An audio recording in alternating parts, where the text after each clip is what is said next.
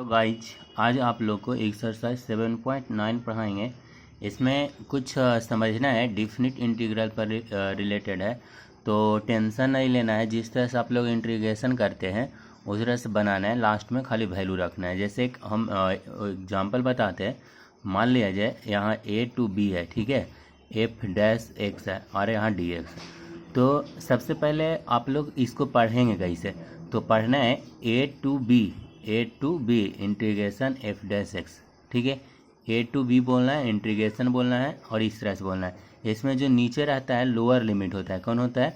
Lower limit. Lower limit माने निम्न सीमा, और ऊपर अपर लिमिट होता है माने उच्च सीमा। कुछ नहीं करने, इस जो इंटीग्रेशन दिया हुआ उसका इंटीग्रेशन करना है। तो एफ डैश एक्स का इंटीग्रेशन एफ एक्स मान लिया जाए होता है, तो एफ एक्स कर देना है और उसके बाद यहाँ से ए टू बी डाल देना है, ठीक है। ए टू बी डाल देना है। अब क्या करना है कि एक्स के यहाँ पर बारी बारी वैल्यू रखना है, लेकिन पहले अपर लिमिट फिर लोअर लिमिट है, बीच में माइनस डालना है, यानी F B minus F A निकालना होगा, ठीक है। समझ में आ गया होगा।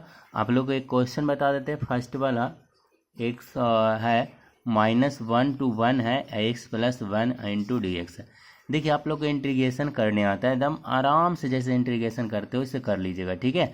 तो यहाँ एक्स है, तो एक्स का इंटीग्रेशन बताया था कि पावर एक जुटता है, तो एक एक दो होता है, बटा 2 होगा, प्लस एक का एक्स होगा। यहाँ सी नहीं लिखना है, सी कट जाता है, ठीक है, इसलिए सी नहीं लिखते हैं। यहाँ पर ब्रैकेट कर देंगे। ये समझ में आया ना। एक्स का इंटीग्रेशन एक्स स्क्वायर बटा 2 होता है, एक का इंटीग्रेशन एक्स होता है। यहाँ तक तो सबको समझ में आया होगा। -1 से 1 कर देंगे, ठीक है।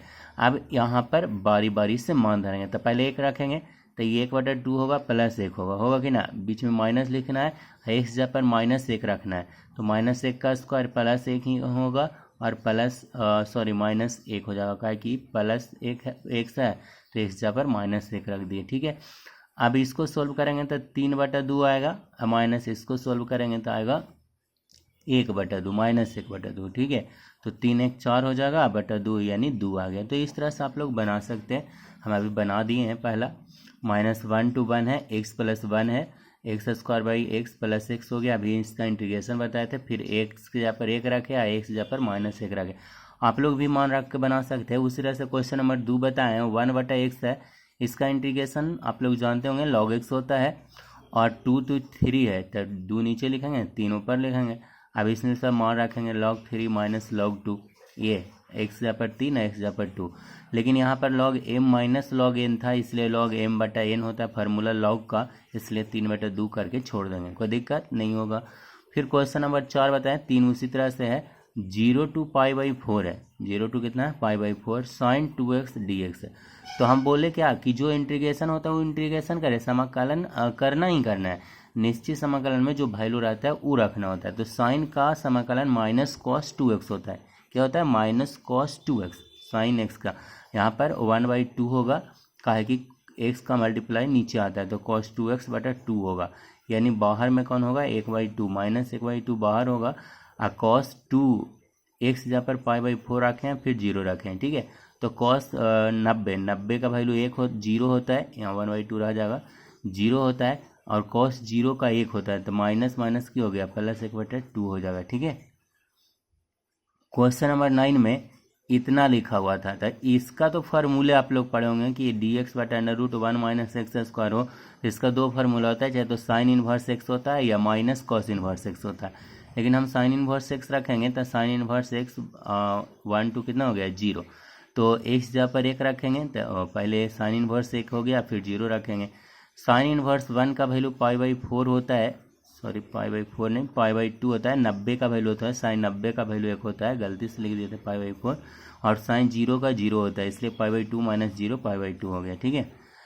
क्वेश्चन 12 भी उस तरह से बताएं, 0 से π/2 cos स्क्वायर एक्स है। तो इसको हम त्रिकोणमिति फार्मूला 1 + cos 2x बटा 2 लिखेंगे, ठीक है। 1 + cos 2x बटा 2 लिखेंगे, और इसका अलग अलग इंटीग्रेशन करेंगे। तो 1/2 तो बाहर हो गया, ई 1 का इंटीग्रेशन x होता है, और cos 2x का sin 2x बटा 2 होता है। अब इस जगह पर π/4 रखना है, π/4 रख देते हैं। तो देखिए π/4 प्लस 1/2, 2 इंटू π/4 रखें, और अगर 0 रखेंगे तो a भी 0 हो जाएगा, और साइन 0 तो 0 होगा करता है भाई, तो सब 0 होगा, इसलिए लास्ट में खाली 0 करके छोड़ दिया। तो π/4 छूट गया, 1/2 छूट गया। साइन 90, तो साइन 90 का वैल्यू 1 होता है, अब 1/2 से गुना करेंगे तो 5/8 प्लस 1/4, तो ये बन गया। ठीक है, क्वेश्चन नंबर 14 उसी तरह से है। इसमें समाकलन करना था तो हम क्या किए हैं कि अलग अलग कर दिए हैं, 2x बटा इतना कर दिए और 3y इतना कर दिए। अब इसमें हम मान लिए 5x² प्लस 1 बराबर t, तो इसका समाकलन अवकलन करेंगे तब 5 बाहर होगा, 2x हो जाएगा dx dt। ठीक है, 5 गुना में जब भागा में तो dt बटा 5 होगा, लेकिन इतना के जगह पर t रखना था तब t हो गया, प्लस 3 dx लिखा जाएगा √5 का स्क्वायर और 1 के।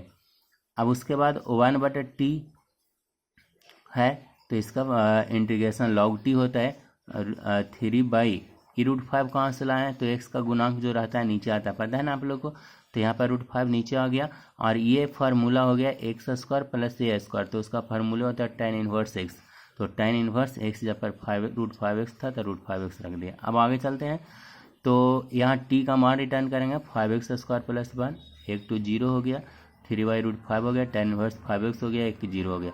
अब x जहाँ पर 1 और 0 मान रिटर्न करें, 1 रखेंगे तो ये तो 1 1, 5 1 6 हो जाएगा, और 0 रखेंगे तो ये 0 होगा, और log 1 का भी वैल्यू 0 होता है इसलिए 0 रखेंगे। देखिए कैसे है, इसके जहाँ पर 0 रखेंगे तो ये 0 हो जाएगा, 1 बचेगा तो log 1 बचेगा, तो log 1 का मान भी 0 होता है। ठीक है, 3/√5 रह गया, 1 के जहाँ पर इतना रखेंगे और tan 0 की वैल्यू 0 होता है। ठीक है, तो यहाँ पर बचेगा 1/5 log 5 1 6 हो गया, 3/√5 tan इनवर्स। तो इस तरह से आप लोग को इतना बताया है, जो नहीं समझ में आएगा आप लोग ज़रूर पूछिए, आप लोग पूछबे तो ना कर दे। अच्छा, कोई भी गर्ल्स या स्टूडेंट बॉयज़ पूछता है तो हम उसे लोड कर देंगे दोनों ग्रुप में। ठीक है, थैंक यू।